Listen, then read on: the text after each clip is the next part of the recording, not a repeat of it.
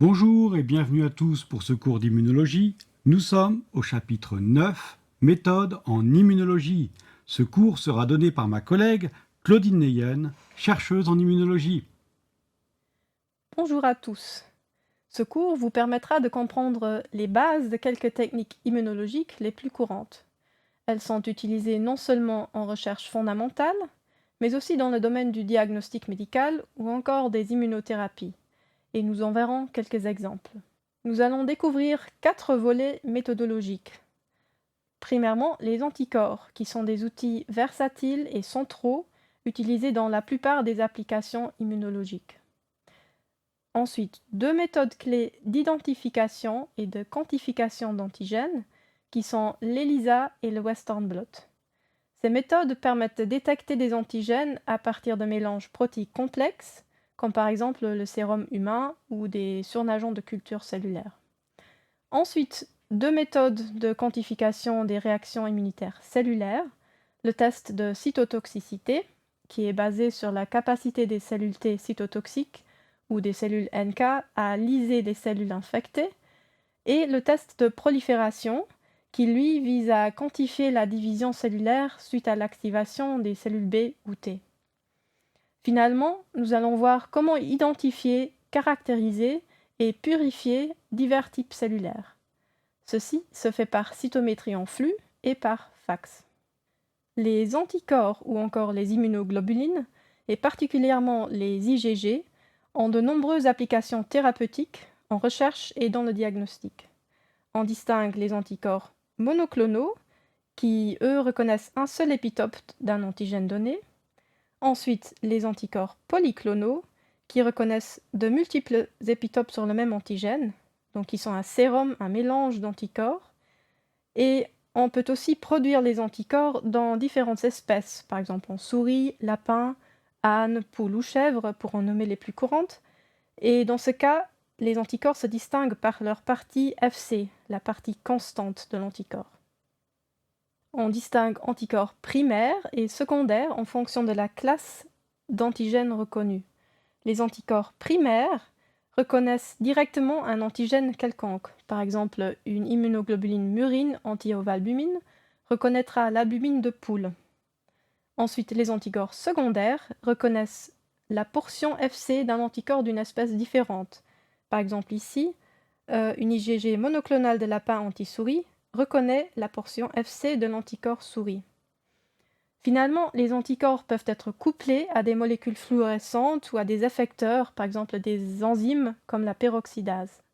Nous allons voir par la suite à quoi ce couplage peut être utile.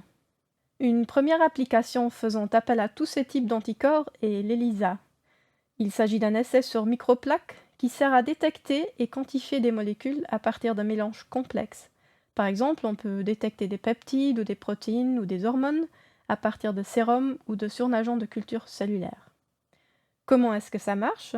Alors, l'antigène est immobilisé sur le fond de la plaque. Ensuite, un anticorps spécifique de l'antigène est ajouté pour le détecter. Et l'enzyme couplée à cet anticorps permettra de catalyser une réaction colorée qui peut être quantifiée à l'aide d'un spectrophotomètre. À quoi ressemble un ELISA?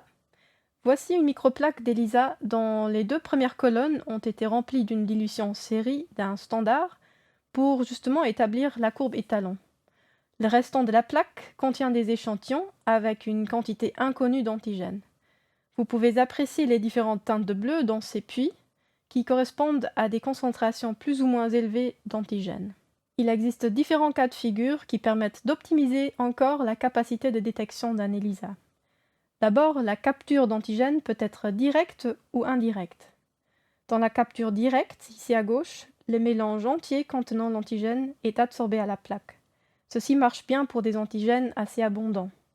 Pour les antigènes moins abondants, on utilise la capture indirecte. Dans ce cas, on a immobilisé un anticorps spécifique de l'antigène sur la plaque qui permet d'enrichir l'antigène à partir du mélange. Comme l'antigène finira sandwiché entre 2 anticorps, on appelle cette méthode encore le sandwich ELISA. Ensuite, la détection peut être directe ou indirecte aussi. Lors de la détection directe, L'anticorps utilisé à détecter l'antigène est directement lié à l'enzyme. Ceci n'est pas très efficace s'il y a très peu d'antigènes présents. Dans ce cas, on utilise un deuxième anticorps, un anticorps secondaire couplé à l'enzyme, qui s'y liera à l'anticorps primaire, et ceci permet d'amplifier le signal. Finalement, la quantité d'enzymes fixée à l'antigène, de manière directe ou indirecte, permet de catalyser la réaction de substrat, qui sera directement proportionnelle à la quantité d'antigène. Si vous aimeriez voir en détail et en animé les différentes étapes d'un ELISA, je vous invite à regarder la vidéo liée à ce cours.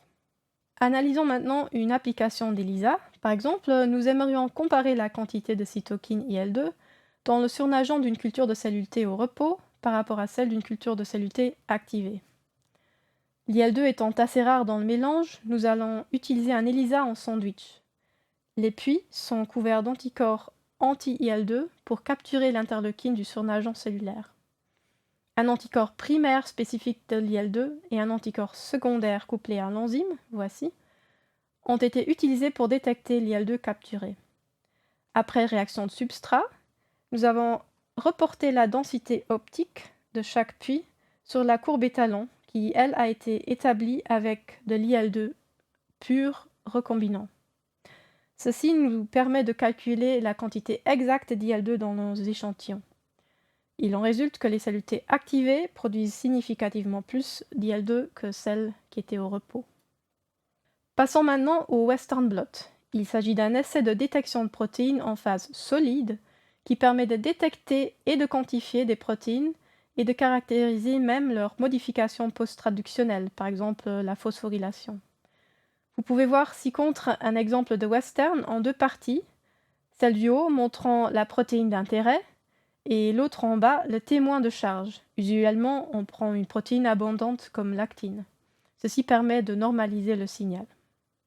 Alors, comment est-ce que ça marche, un Western blot? On commence par séparer un mélange de protéines par gel d'électrophorèse et ensuite on le transfère sur une membrane de nitrocellulose, notre blot ici. Donc la protéine d'intérêt est immobilisée. Un anticorps spécifique de l'antigène recherché est ensuite ajouté afin de détecter l'antigène, ici. Ensuite, un anticorps secondaire, qui est lui couplé à une enzyme, vient se fixer à l'anticorps primaire. L'enzyme catalyse une réaction luminescente qui peut être visualisée sur film. La membrane est exposée à un film en chambre noire et les endroits où la protéine d'intérêt était localisée émettront de la lumière qui va noircir le film. Donc plus on a de protéines, plus les bandes apparaissent noires et larges.